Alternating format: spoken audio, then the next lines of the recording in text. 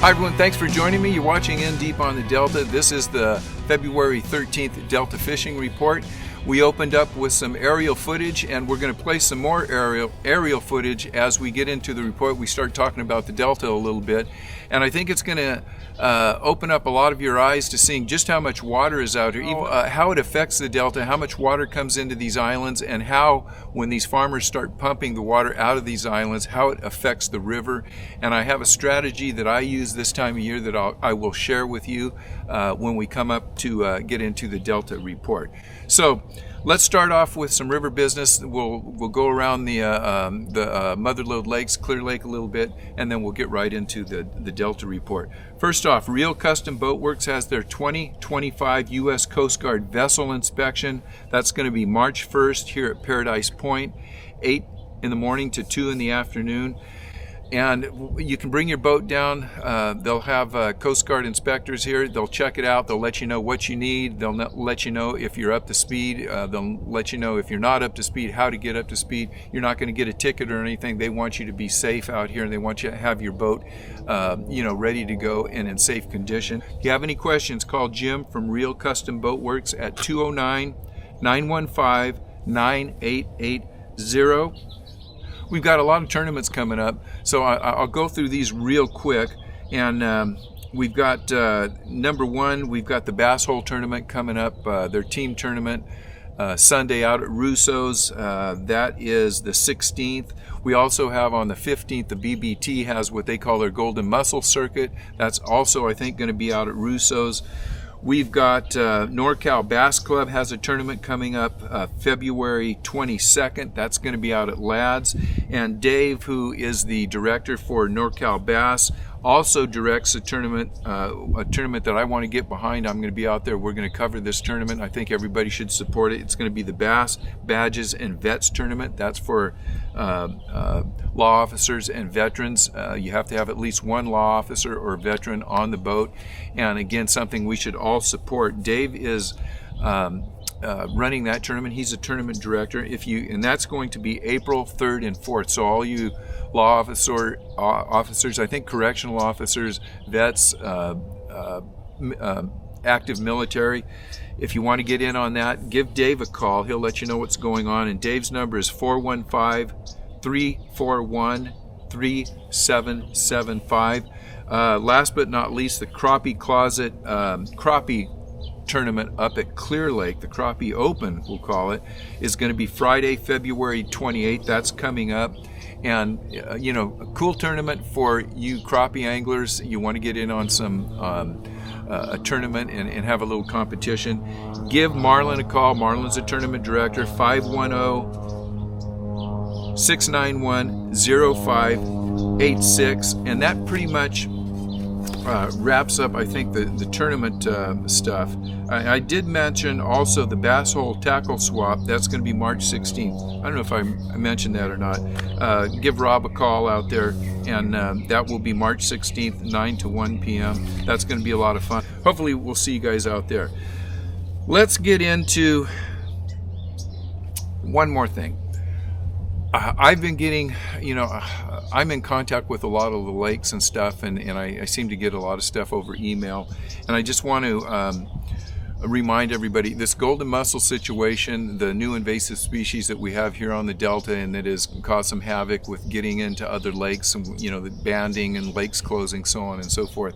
Haven't heard a lot about it lately, but the situation is still out there. And one of the warnings that I keep getting is from Don Pedro, and I'll stick this warning that I get seems like about once a week on some of my feeds. And I just want to make everyone aware that if you're coming from out of the area to any of the Motherload lakes, whether you're going to be skiing or fishing or just recreating, whatever, a lot of these lakes require banding. If you're not properly banded, if you don't have your boat clean and dry, you will not get in to the lake. It kind of scares me a little bit when they're saying, we're looking at the situation, and stay tuned for further updates on what's going on any particular lake. And the only thing I want to do is remind everybody that if you're coming from out of the area, you're not aware of either the banding or what's going on, make sure you call the lake.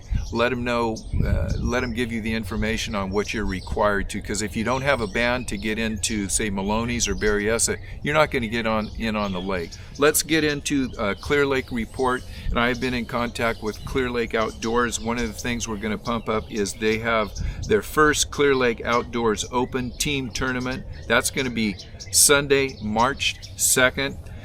I have a feeling this is going to be a big tournament. It's going to be 100% payback, and we'll give you Clear Lake Outdoors number. We'll flash it up there, and you can call for any information you might need to have. I did talk to Dave. Dave is the owner of Clear Lake Outdoors. We talked a little bit about the ABA tournament that was there, I think, last Saturday. It took 36 pounds to win, and I saw that on Instagram or something. I think, man, they must just be killing them up there. Well, Dave's recap of the tournament wasn't that everyone was killing him. Now, Dave fished the tournament, 36 pounds won. Dave was in 5th place. He had 25 pounds. Pretty darn good bags. There was 19 boats, and I think he said maybe half the field didn't even weigh in. And that's not the reports that we've been getting the last few weeks. Last week he said that that the tournament, bass fishing had taken a little step down, but they're still catching fish. The bottom line is these fish are starting to look for pre-spawn area. They're moving around the lake. The people that know the lake and know the migrations and know where these fish kind of have an idea of where they're moving from, they're still catching fish. But if you don't know the lake, it might be a little tougher here in the next week or so as we get more and more weather fronts coming in, so on and so forth. So although 36 pounds to win, 25 5th place, really good weights. If you are a angler with not a lot of experience and you think you can just go up there and catch fish, that's not always the case. Make sure you stop in at a place like Clear Lake Outdoors, get the information. I know my buddy Nino's up there. He'll give you straight information. He'll put you on in the right areas with the right baits, and you guys will be able to get out there and give yourself a better chance at catching the fish. One thing that Dave wanted me to make sure I talked about is the lake is full, and they go by a Rumsey scale. If the Rumsey scale is over 8, which it's 8.5 right now, that means the lake is full, and there is a speed limit. If you are within a quarter mile of the bank, it is a 5-mile-an-hour speed limit. They have that speed limit there to protect everybody's property and docks. You guys know that there's a lot of boats and a lot of people living on the lake. So when the lake is high, they don't want a lot of people running around on pad, up close to the bank, pushing those waves into people's yards and things. So if you go up there, remember the lake is full, and there's not a lot of signs out. That's the other thing I asked Dave, are there signs? He says no, a lot of places don't have signage. So if you're not aware, within a quarter mile of the bank, it is a 5-mile-an-hour speed limit. So please be aware of that and be respectful of all the people that have their houses on the lake. With that, the crappie are still running around. We talked about the crappie tournament coming up here on February 28th, I think. There should be an excellent tournament. People are still catching crappie like crazy up there. I also got a report from Richard out at Core Fishing. He has been doing some catfishing up there, getting some big catfish. If you haven't checked out Richard at Core Fishing, he does a lot of fishing up at Clear Lake, especially when it comes to catfish and crappie. Check out, did I say Core Fishing? I'm sorry. Pandemic Fishing. Richard at Pandemic Fishing. Make sure you're checking out Joe at Core Fishing too. But if you want that information for Clear Lake, you're gonna have to check out Richard at Pandemic Fishing. The other Motherload lakes, I haven't got a lot of reports from. We've had weather up and down, rain and kind of nasty weather the last week. I do know my friend Mark Johansson. He has a friend that has a boat banded for Maloney's. They've been going up, every week or so, every other week, and the fishing's great up there. And one of the things that they're saying when they go up there, because Maloney's is one of those lakes that is a hard band to get, because they're banding their own boats, and you can't have a universal band, and the band from Berryessa won't get you into Maloney's, and so on and so forth. It's still a mess. We don't want to get into that right now, but very few people are banded to get their boat in Maloney's. So if you get up there, Mark's been saying, the fishing's great, and you may see 1 or 2 boats on the entire lake. So Maloney's is still fishing fine. Haven't heard a lot about Berryessa. I know the fishing's probably been good up there, just not a lot of people sending me reports from Berryessa. I've heard that Folsom is on and off. I do know that Don Pedro has been pretty steady. Mark has been going up there. I know I was up there, I guess, 10 days ago with Mark, and we did very well up at Pedro. It's a sea lion. It's not a dog. I thought it was a dog out there swimming. He must have caught a fish or something. If he did, good for him. So with that, let's talk about the Delta and what I'm going to do. Well, before we start showing you some of this aerial footage, I just want to say that number one, striper fishing has just not a lot of interest. I see guys going out every day here at Paradise Point that I'm out here. I'm not out here every day, but I'm out here 2-3 times a week, and I see the guys going out, and they're all saying the same thing. Man, we're going out, we're catching live bait, and it's, man, we're getting this beautiful bait, but the fish just aren't picking it up. Now, I have seen an increase in sea lions out here the last couple of weeks, so there must be stripers out here. Either that or they're looking around looking for stripers, and that's why I'm seeing them, because they're moving around so much, you're just not finding them. With that being said, people just aren't catching them. Every now and then somebody will catch one, but it's been tough. There's not a lot of people going out looking for them. Now, they may be catching a few more fish out in the Sacramento, Grizzly Island, out that area, but right here in the Central Delta, it's just not happening. When it does, I'll let you guys know what's going on. The reports are that the water temperatures here on the Delta have gone up a couple of degrees, from 48 to 50 to about 50 to 52. So the water temperatures are going up, and the big deal about what's happening here on the Delta is going to be for largemouth bass, because we are coming into the spawn. Now, as I show you this aerial footage, I want to just say one thing, because it's going to all blend in. I told you I was going to give you a strategy that I use here on the Delta this time of year to not only find fish, but to catch fish. So I just want to say we are still right here. This is winter. This is pre-spawn and spawn. And I just want to say there's a lot of people that start talking this year, oh, they're in, the spawn's going to happen. It's going to happen next week. It's not going to happen next week. Here's winter, here's spawn. It's never a straight line from winter to spawn. If that line goes from here to here, it goes like this. There's a lot of roadblocks coming from winter to spawn, and Mother Nature is in charge of those roadblocks. So let's put up this aerial footage, and I'll tell you how it's going to affect what happens in the next month here on the Delta. As we talk about these ups and downs, the roadblocks coming from winter into spawn, Mother Nature controls them, and those are controlled by moon phases, barometer changes, weather, whether it could be wind, whether it could be rain, sunlight penetration. All of that stuff goes into when these fish are actually going to pull into the shallows and spawn.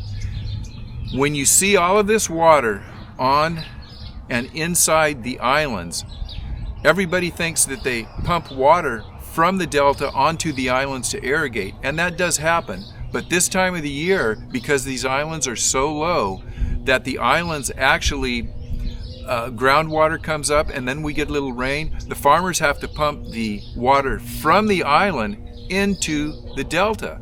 So when that happens, you've got really muddy water and just hundreds of pumps pumping that water out of the islands into the Delta. Now, I talked to Rob Cloutier from the Bass Hole. He'd been out a couple of days this week, and he said that there was some really muddy water, and you can see in these aerial footages, you can see the water changes, how brown some of this water may look and how dirty it looks. We may have a foot of water, we may have 6 inches of water here at Paradise Point right now. Nobody's pumping water out around here, so we've got about 3 to 4 feet at Paradise Point. What I'm getting at is there can be localized muddy water or chocolate water. You can go 2 miles down the river and you can have some fairly clean water, depending on who's pumping and how much water they're pumping out. Just remember this. For the next, we're going to be getting some more rain this week. These islands are going to have a lot of water in them. There's going to be millions of gallons of this muddy water that gets pumped into the delta. Is it going to hurt the fishing? It will. It's not going to hurt the fishing long run, but it'll have an effect on the fishing, as it happens, in the next day, 2-3 days down the road as they pump this water in. Delta will clean itself out and it will be fine when Mother Nature is going to allow the bass to start spawning. This is my strategy. This time of year, when we start to see that water temperature move up, that's telling the fish, that's the first sign that water temperatures are moving up. It's time for me to get into maybe the pre-spawn mode. So I want to be fishing for the fish that are shallow. Whether I'm throwing blades, chatterbaits, worms, whatever it is, I want to fish as close to the bank as I can. Now here is the key, and I want you to try to follow this because it's hard for me to explain. The fish that are up in the shallows, those are the ones that are probably the most aggressive fish and the fish that are going to bite, whether it's a worm or whether it's a chatterbait or whatever you're throwing up there. Remember, fish not only need warm water, but they need sunlight penetration. When we have water that's dirty or muddy, like we have because they're pumping water out, the most sunlight penetration is very close to the bank. The warmest water is very close to the bank. This is where these aggressive fish are going to come into. Now here's the key. I want to get that bait as close to the bank as I can, and there's going to be times when that bait, you get one turn of the handle or the bait just hits the water and all of a sudden that fish blows up and bam, you know that fish is sitting in 1 foot of water and you think, okay, they're all real shallow. Maybe the next cast you throw out and you throw it right next to the bank and you pull it out 4 feet, 5 feet from the bank, and then bam, you get another hit. And then you think, well, maybe they're not all up in the shallow water. Maybe they're in 4 or 5 feet of water. Think of it this way. There's a place where your bait falls. There's a place where the fish intercept the bait. That bait that falls in 1 foot of water, the fish don't always eat it in 1 foot of water. They may wait for it to come off the bank and then attack it as soon as it gets out to that first little drop or the trough or wherever it is. So be aware of this. Even though you may be getting fish that are biting 5 feet out from the bank, if your bait does not fall in that first 6 inches from the bank, they won't hit it when it gets out. All the time I'm thinking, I want that bait in shallow water coming into deep water. It's something that I always think about. Start shallow and fish out to 5, 6, 7, 8 feet. Man, I don't know if I explained that right or not, but think about that, especially when we have the muddier water out here. So with that, I want to thank you guys for watching. If you haven't subscribed, make sure you subscribe, hit the like button, and we'll see what goes on out here, and hopefully it gets a little better in this next week or so, and we'll give you a report next week. If you go out, please send me a report. There's not a lot of reports coming in. Even if you do, good, bad, or ugly, let me know what's going on. So till then, next week, good luck, and we'll see you on the river.